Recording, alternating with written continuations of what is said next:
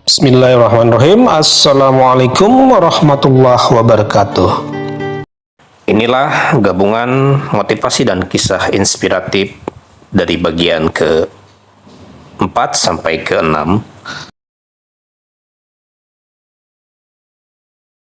Kita meneruskan tentang kisah inspiratif bagian ke-4, di mana pada pertemuan kali ini kita mengambil tema gambaran malaikat pemikul ars. Diriwayatkan dari Jabir bin Abdullah Al-Ansari berkata bahwa Rasulullah Shallallahu Alaihi Wasallam bersabda, "Aku diizinkan untuk bercerita tentang salah satu malaikat yang memikul ars.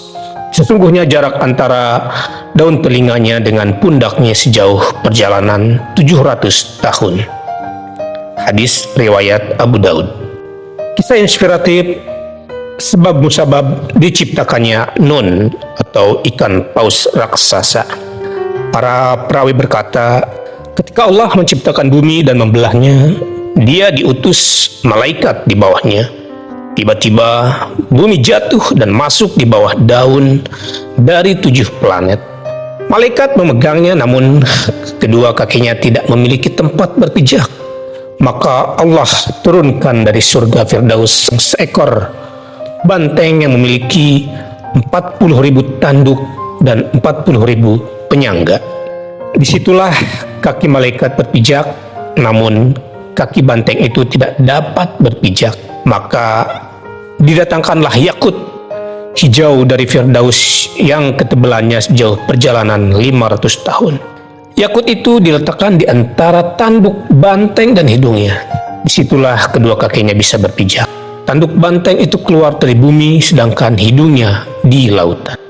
Setiap harinya ia bernapas 1 kali.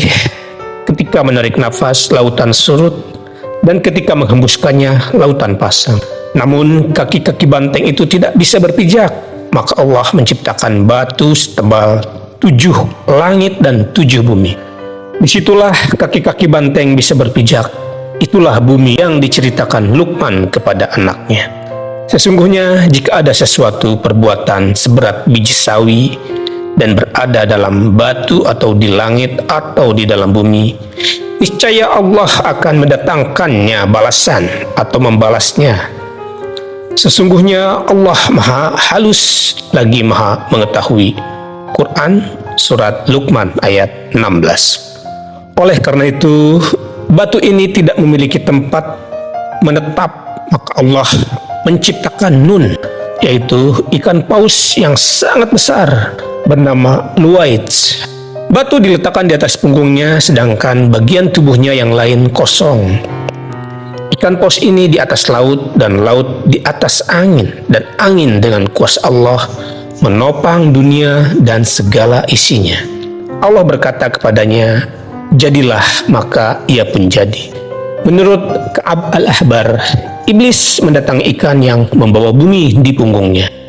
Ia menggondangnya dan dengan berkata, "Wahai Luwait, tahukah engkau bahwa jika yang ada di punggungmu itu engkau lemparkan, maka bangsa-bangsa, binatang ternak, pepohonan dan gunung-gunung akan terpental?" Karena Luwait tergoda, Luwait pun ingin melakukannya. Maka Allah mengutus seekor binatang memasuki hidung hingga mencapai otaknya. Ikan paus pun berteriak-teriak kepada Allah.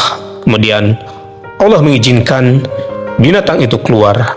Maka keluarlah. Ka'ab menambahkan, "Demi Allah yang jiwaku dalam genggamannya, Luwais memandangi binatang itu, begitu pula sebaiknya. Setiap kali ingin melakukan hal yang sama, binatang itu melakukan hal yang serupa." Itulah motivasi dan gambar dan kisah inspirasi dalam tema gambaran malaikat pemikul ars dan sebab musabab diciptakannya ikan paus raksasa atau Nun. Pada pertemuan kali ini kita akan mengambil tema tentang gambaran neraka yang membuat kita mesti banyak menangis. Diriwayatkan dari Abu Hurairah berkata, Rasulullah Shallallahu Alaihi Wasallam bersabda, "Tidak pernah aku melihat yang seperti neraka, di mana orang yang takut kepadanya justru tidur, dan tidak pula seperti surga, di mana orang yang menginginkannya juga tidur. Hadis riwayat At-Tirmizi. Hadis yang kedua, dalam riwayat lain disebutkan bahwa Rasulullah Shallallahu Alaihi Wasallam bersabda, "Andai kalian tahu yang aku ketahui, niscaya kalian akan banyak menangis dan sedikit tertawa." Hadis riwayat Bukhari dan Muslim. Kisah yang berkaitan dengan hadis tersebut yaitu tentang takut neraka hingga meninggal. Dikisahkan Mansur bin Amar berkata, "Suatu malam aku keluar, aku kira saat itu waktu subuh telah tiba. Ternyata masih malam. Maka aku pun duduk di sebuah koridor yang terang. Tiba-tiba aku mendengar suara seorang pemuda. Sedih ia menangis dan meratap sembari berujar, 'Demi keagunganmu, tidak kumaksudkan dengan maksiat ini untuk melanggarmu. Tidak pula aku bermaksiat kepadamu karena kebodohanku. Aku ini bukan orang bodoh. Aku tidak pula memandangmu remeh. Namun aku tergoda oleh nafsuku. Kemewahan telah menutupimu dariku, maka aku pun bermaksiat kepadamu. Aku melanggarmu karena kebodohanku. Lantas siapakah yang bisa menyelamatkanku dari azabmu? Siapa yang bisa menyelamatkan dari tangan malaikat Zabaniyahmu? Dengan tali siapa aku bisa terhubung jika engkau telah memutuskan talimu terhadap? Sungguh malang jika dikatakan kepada orang-orang yang meremehkan dosa, tak kubayangkan jika aku berjalan bersama orang-orang yang meremehkan itu. Celakalah aku, semakin panjang umurku semakin banyak dosaku. Celakalah aku, semakin dewasa usiaku semakin banyak kesalahan. Ya Rob, seberapa banyak aku harus bertobat, seberapa banyak aku harus memohon perlindungan. Aku tak akan malu pada Tuhanku." Mendengar rintihannya, kuletakkan mulutku di pintu rumahnya. Kuucapkan, "Aku berlindung kepada Allah dari godaan setan yang terkutuk," dengan menyebut nama Allah yang Maha Pengasih lagi Maha Penyayang. Hei orang-orang yang beriman, peliharalah dirimu dan keluargamu dari api neraka dan bahan bakarnya adalah manusia dan batu. Penjaganya malaikat-malaikat yang kasar, keras, dan tidak mendurhakai Allah terhadap apa yang Dia perintahkan kepada mereka dan selalu mengerjakan apa yang diperintahkan. Quran Surat At-Tahrim ayat 6. Setelah itu aku mendengar suara gaduh yang sangat keras. Tidak lama kemudian terhenti. Aku berkata dalam hati, "Sepertinya telah terjadi sesuatu yang tak diinginkan." Aku memberikan tanda di pintu, kemudian pergi. Keesokan harinya aku kembali. Ternyata di situ ada jenazah dan kain kafan. Seorang perempuan yang sudah rentak keluar masuk rumah sambil menangis. Aku bertanya, "Wahai ibu, siapakah yang meninggal itu?" Ia menjawab, "Pergilah dariku." Kukatakan, "Aku ini orang asing, beritahulah aku." Lantas dia berkata, "Demi Allah, andai kamu bukanlah orang asing, aku tidak akan memberitahumu. Dia itu anakku, dia jantung hatiku. Aku sangat berharap dia mendoakanku setelah aku mati nanti dan menangisi dosa-dosanya karena takut neraka. Dia salah satu pelayan keluarga Rasulullah. Jika sudah malam, ia tinggal di mihrabnya. Pekerjaannya mengumpulkan daun kurma. Penghasilannya ia bagi 3, sepertiga untuk memberiku makan, sepertiga untuk memberi makan orang-orang miskin, dan sepertiganya lagi untuk ia makan sendiri. Tadi malam seseorang lewat di sini, semoga Allah memberinya balasan yang baik. Ia membacakan pada anakku ayat-ayat yang mengingatkannya pada neraka. Ia terguncang dan menangis hingga meninggal dunia." Aku berkata, "Dia masuk surga berdasarkan sabda Rasulullah. Tidak akan masuk neraka seseorang yang menangis karena takut kepada Allah sampai air susu yang telah diperah kembali ke tempat keluarnya." Itulah gambaran neraka yang membuat kita menangis, dan kisah tentang seorang wanita yang takut neraka hingga meninggal dunia. Kita melanjutkan tentang motivasi dan kisah inspiratif yang ditulis oleh Asy-Syamarqandi, di mana pada pertemuan kali ini kita mengangkat tema tentang kemuliaan sifat dermawan dan bahaya gibah atau menggunjing orang lain. Baiklah, kita mulai. Kemuliaan sifat dermawan.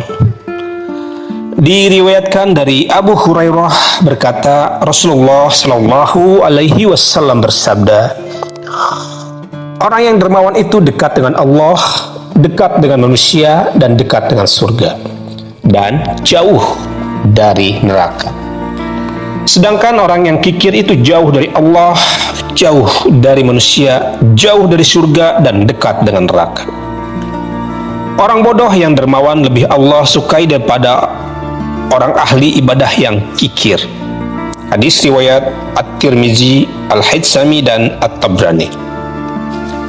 Kisah yang berkenaan dengan hadis tersebut, di mana kali ini dengan tema 4 keuntungan besar bagi yang bersedekah 4 dirham. Ada yang mengatakan kedermawanan itu perbuatan terpuji dan disukai oleh semua orang. Sebuah kisah menuturkan bahwa seseorang menenggak khamar bersama teman-temannya. Ia memberi uang 4 dirham kepada salah seorang budaknya untuk membeli buah-buahan sebagai sajian. Sang budak berangkat. Di tengah jalan, dia melewati majlis Mansur bin Amr. Saat itu dia bertanya kepada jamaah, siapa yang sedang membutuhkan sesuatu? Dia berkata, barang siapa yang memberi 4 dirham, aku akan mendoakannya 4 hal. Si budak menyerahkan 4 dirham di tangannya. Mansur bertanya kepadanya, apa yang kamu inginkan untuk kudoakan? Dia menjawab, aku ingin terbebas dari tuanku. Mansur kemudian mendoakannya. Ia berkata, ada yang lain? Dia menjawab, semoga Allah mengganti dirhamku. Al-Mansur kemudian mendoakannya. Ia bertanya, dan masih ada yang lain? Dia berkata, semoga Allah membuat tuanku bertobat. Apakah masih ada? Semoga Allah mengampuniku dan tuanku dan teman-temannya. Akhirnya Mansur kemudian mendoakannya dan terus mendoakannya. Setelah itu si budak kembali menemui tuannya. Sang tuan berkata, wahai budak, engkau lama sekali. Ia pun menceritakan peristiwa yang baru saja dialami. Dan sang tuan pun berkata kepadanya, engkau bebas karena Allah. Lantas apa yang kedua? Si budak itu berkata, dirhamku diganti. Sang tuan berkata, untukmu aku ganti 4.000 dirham. Lantas apa yang ketiga? Dan dia pun berdoa berkata, semoga Allah membuatmu bertobat. Dan sang tuan pun berkata, aku bertobat kepada Allah. Lantas apa yang berikutnya? Si budak pun berkata, semoga Allah mengampunimu, mengampuni budak-budakmu dan teman-temanmu. Dan si tuan pun berkata, untuk yang satu ini di luar kuasaku. Ketika tidur, ia seolah bermimpi didatangi seseorang yang berkata kepadanya, engkau telah melakukan yang seharusnya. Maukah engkau melihatku melakukan yang seharusnya kulakukan? Aku telah mengampunimu, mengampuni si budak, mengampuni Mansur bin Amr, dan juga mengampuni kaummu. Kukatakan semua kemenangan ini adalah berkah dari kedermawanan si budak yang rela mengeluarkan 4 dirham. Itulah kisah dan hadis yang berkenaan tentang kemuliaan sifat dermawan. Dan tema yang berikutnya yaitu bahaya gibah atau menggunjing orang lain. Hadis yang diriwayatkan dari Anas bin Malik berkata, Rasulullah Shallallahu Alaihi Wasallam bersabda, ketika aku dimikhrajkan, aku melewati suatu kaum yang memiliki kuku dari tembaga, sedang menggaruk-garuk wajah mereka. Aku bertanya, siapakah mereka, wahai Jibril? Dia menjawab, mereka adalah orang-orang yang memakan daging sesama manusia dan menodai kehormatan mereka. Hadis riwayat Ahmad dan Abu Daud. Kisah yang berkenaan dengan gibah yaitu tentang menggunjing dalam hati termasuk gibah. Al-Junaidi berkata, suatu hari aku duduk di masjid menunggu jenazah untuk disolatkan. Tiba-tiba aku melihat seorang fakir meminta-minta. Aku berkata dalam hati, andai kata ia mau bekerja, niscaya itu lebih baik. Menjelang tidur, biasanya aku membaca wirid, doa dan menangis. Semua itu terlupakan. Aku tak bisa memejamkan mata. Aku duduk terpekur, mataku dibayang-bayangi si fakir itu, seolah-olah ia digotong beberapa orang lalu dibentangkan di atas meja makan. Mereka berkata kepadaku, makanlah dagingnya, karena sesungguhnya engkau telah menggunjingnya. Aku tersadar, aku katakan, aku tidak menggunjingnya, melainkan aku berkata dalam hati, dikatakan kepadaku, engkau tentu tidak suka dibeginikan. Pergilah kepadanya untuk meminta maaf. Di pagi harinya aku bolak-balik hingga kemudian menjumpainya di suatu tempat. Kuucapkan salam kepadanya. Dia berkata, apakah engkau akan mengulanginya, wahai Abu Qasim? Kujawab tidak. Dia berkata, semoga Allah mengampuni kita dan mengampunimu. Pulanglah. Aku berkata, sampai seperti itu Syekh meminta ampunan. Bagaimana dengan gibah yang jauh lebih besar dari itu? Semoga Allah melindungi kita dari gibah, menjaga lisan, dan melindungi kita dari pengkhianatan anggota tubuh dan kekerasan hati. Itulah dua tema dalam pertemuan kali ini. Yang pertama yaitu tentang kemuliaan sifat dermawan dan bahaya gibah. Dalam pertemuan kali ini kita akan mengetengahkan beberapa tema, diantaranya yaitu tentang keutamaan muazin, pertanggungjawaban pemimpin di dunia dan akhirat, batalnya masuk surga karena mencuri, keutamaan berjuang di jalan Allah, dan lain sebagainya. Baiklah, kita masuk ke tema yang pertama yaitu tentang keutamaan muazin. Diriwayatkan dari Muawiyah, paman kaum mukmin dan penulis wahyu Tuhan seru sekalian alam, berkata, aku mendengar Rasulullah Shallallahu Alaihi Wasallam bersabda, orang-orang yang mengumandangkan azan atau muazin adalah orang yang paling panjang lehernya di hari kiamat. Hadis riwayat Muslim, Ibnu Majah, dan Ahmad. Pahala untuk para muazin di akhirat. Beberapa dari mereka menanyakan panjang lehernya para muazin di hari kiamat. Ia berkata, jika hari kiamat telah terjadi, para makhluk berdatangan dengan menyembunyikan kepala mereka karena malu terhadap Allah. Sementara itu, para muazin datang disaksikan setiap batu dan penduduk, sebagaimana diriwayatkan dari Rasulullah Shallallahu Alaihi Wasallam. Tidaklah mendengar seruan muazin dari kalangan manusia dan jin kecuali akan menjadi saksi di hari kiamat bahwa ia telah menyeru segenap makhluk untuk beribadah kepada Allah. Mereka bersaksi atas keesaan Allah dan kerasulan Rasulullah Shallallahu Alaihi Wasallam. Mereka pada hari itu tidak menyembunyikan kepala, maka jadilah mereka manusia yang paling panjang lehernya. Ada yang berkata, jika hari kiamat sudah tiba, para muazin berdatangan menunggu balasan yang dijanjikan kepada mereka. Itulah keutamaan muazin. Dan tema yang berikutnya yaitu tentang pertanggungjawaban pemimpin di dunia dan di akhirat. Diriwayatkan dari Ibnu Umar berkata, aku mendengar Rasulullah Shallallahu Alaihi Wasallam bersabda, setiap kalian adalah pemimpin dan setiap pemimpin akan dimintai pertanggungjawaban atas yang dipimpinnya. Setiap imam adalah pemimpin dan akan dimintai pertanggungjawaban atas yang dipimpinnya. Seorang wanita adalah pemimpin di rumah suaminya. Ia pun akan dimintai pertanggungjawaban atas yang dipimpinnya. Bahkan, seorang pembantu adalah pemimpin atas harta tuannya. dan dia akan dimintai pertanggungjawaban atas yang dipimpinnya.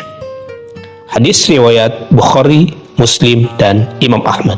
Kisah yang berkaitan tentang pertanggungjawaban pemimpin di dunia dan akhirat ini yaitu tentang kisah belusukan Umar saat menjadi khalifah.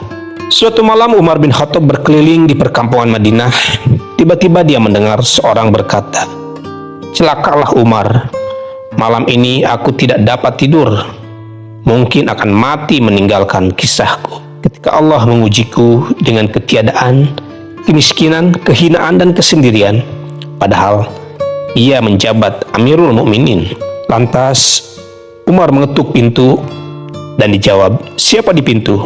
Umar menjawab, "Seorang hamba fakir yang banyak kekurangan dalam mengurus rakyatnya." Kemudian keluarlah seorang perempuan renta yang berdiri di depan pintu. Umar bertanya, "Saudariku, apa yang tidak engkau punya? Aku sungguh tidak tahu setiap kejadian di dalam rumah. Pernahkah engkau mengadukan masalahmu ini kepadaku?" Perempuan itu berkata, "Wahai Umar, andai kata Allah menerima alasanmu ini, berarti engkau telah selamat." Umar menangis jadi-jadinya hingga jatuh pingsan. Setelah sadar, dia bertanya kepada perempuan itu, "Bagaimana keadaanmu? Apa yang engkau butuhkan?" Ia pun menceritakan bahwa anak-anaknya kelaparan. Umar pun pergi. Tidak lama kemudian ia datang memanggul tepung di pundaknya dan membawa segenggam kurma. Lantas Umar meminta maaf kepada perempuan itu, dan si perempuan itu menangis dan berkata, "Siapa yang akan menjadi milik umat Islam sesudahmu, wahai Umar, yang bisa mengadu kepadanya? Semoga Allah memberimu umur panjang, wahai Umar." Itulah kisah tentang belusukan Umar saat menjadi khalifah dan pertanggungjawaban pemimpin di dunia dan akhirat. Dan tema yang berikutnya yaitu tentang batalnya masuk surga karena mencuri. Dari Abu Hurairah berkata, seseorang dari Bani Adabib yang bernama Rifa'ah bin Zaid menghadiahkan seorang budak bernama Mud'im pada Rasulullah. Maka Rasulullah pun menuju Wadi Al-Qura. Tiba di sana, Mut'im yang sedang dalam perjalanan menuju Rasulullah tiba-tiba terkena anak panah yang nyasar. Ia pun meninggal. Orang-orang berkata, "Selamat baginya surga." Rasulullah menimpali, "Tidak, demi Allah yang menguasai jiwaku, sungguh sorban yang diambil dari ghanimah yang belum dibagikan telah menyalakan api neraka." Mendengar itu, seseorang maju membawa satu atau dua tali sepatu, kemudian menyerahkannya kepada Rasulullah seraya berkata, "Tali sepatu neraka." Hadis riwayat Bukhari, Muslim, Abu Daud, dan An-Nasai. Kisah yang berkaitan dengan hadis di atas yaitu tentang hukum bagi orang yang dengki, berzina, berbuat curang, bertindak zalim, dan berlaku khianat. Ibnu Abbas berkata, "Tidaklah sifat dengki atau dendam muncul pada suatu kaum kecuali Allah memasukkan ke dalam hati mereka rasa takut. Tidaklah perbuatan zina merebak di tengah suatu kaum kecuali di antara mereka banyak terjadi kematian. Tidaklah suatu kaum mengurangi timbangan atau takaran kecuali Allah menghentikan rezeki mereka. Tidaklah suatu kaum memutuskan hukum secara zalim kecuali marak pertumpahan darah di kalangan mereka. Dan tidaklah suatu kaum mengkhianati perjanjian kecuali musuh akan menguasai mereka." Tema yang berikutnya yaitu tentang keutamaan berjuang di jalan Allah saat masih muda. Dari Surabil bin As-Sumti berkata, "Wahai Ka'ab bin Murrah, sampaikan kepada kami hadis dari Rasulullah SAW. Dia berkata, Rasulullah bersabda, barang siapa saat mudanya dalam Islam berjuang di jalan Allah, maka baginya cahaya di hari kiamat." Hadis riwayat At-Tirmizi, An-Nasai, dan Ahmad. Kisahnya yaitu tentang semakin bertambah usia, semakin mulia di sisi Allah. Wahab bin Munabbih berkata, "Belum pernah ku ketahui kehormatan di sisi Allah setelah para nabi, melebihi kehormatan pemuda muslim. Sesungguhnya Allah malu terhadap orang-orang yang berusia 80 tahun menetapkan dosa baginya atau menetapkan kesalahan untuknya. Diriwayatkan dari Rasulullah Shallallahu Alaihi Wasallam bahwa Allah berfirman, "Jika hambaku telah mencapai usia 40 tahun, aku bebaskan dia dari 3 musibah, yaitu gila, lepra, dan kusta. Jika mencapai 50 tahun, aku mudahkan hisab untuknya. Jika mencapai 60 tahun, kujadikan dia senang bertobat. Jika mencapai 70 tahun, malaikat mencintainya. Dan jika mencapai 80 tahun, malaikat berkata, tahanan Allah di buminya. Maka aku mengampuni segala dosanya yang telah lalu dan yang akan datang. Lebih dari itu, ia akan memberi syafaat bagi keluarganya." Tema yang berikutnya yaitu tentang penyakit ain, bahaya penyakit ain. Abdullah bin Abbas berkata, Rasulullah bersabda, pengaruh penyakit karena pandangan mata atau hasad atau ain itu nyata. Andai kata ada sesuatu yang mendahului takdir, maka ain telah mendahulinya. Jika kalian diminta mandi untuk yang terkena ain, maka mandilah. Hadis riwayat Muslim dan Ahmad. Yang berkaitan dengan tema tersebut yaitu tentang wudu adalah obat penyakit ain. Muhammad bin Abu Umamah bin Sahal bin Hunayf mendengar ayahnya berkata, Abu Sahal bin Hunayf mandi di sungai lalu ia melepaskan jubahnya. Kala itu Amir bin Rabi'ah melihatnya. Sahal adalah laki-laki berkulit putih, tampan rupawan. Amir berkata, belum pernah aku melihat kulit seindah ini, bahkan kulit perawan sekalipun. Tiba-tiba Sahal merasa tubuhnya tidak enak. Sakit yang dirasakan bertambah parah. Seseorang datang menjumpai Rasulullah dan mengabarinya bahwa Sahal sakit dan tidak bisa datang kepadanya. Rasulullah kemudian mendatanginya.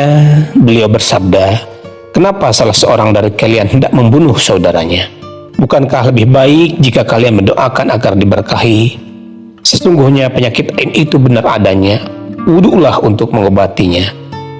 Amir lantas berwudu. Ia mengusap wajahnya, membasuh kedua tangannya hingga kedua sikunya. Selanjutnya, kedua kakinya lalu memasukkan sarung ke sebuah bejana dan menuangkan air di atasnya. Dalam riwayat lain, darinya disebutkan bahwa Sahal kemudian sembuh saat itu juga. Ia pergi bersama Rasulullah seperti tidak terjadi apa-apa. Itulah motivasi dan kisah inspiratif pada tema kali ini. Semoga bermanfaat. Sampai bertemu lagi di tema-tema berikutnya. Wallahu a'lam bishawab. Wassalamualaikum warahmatullahi wabarakatuh.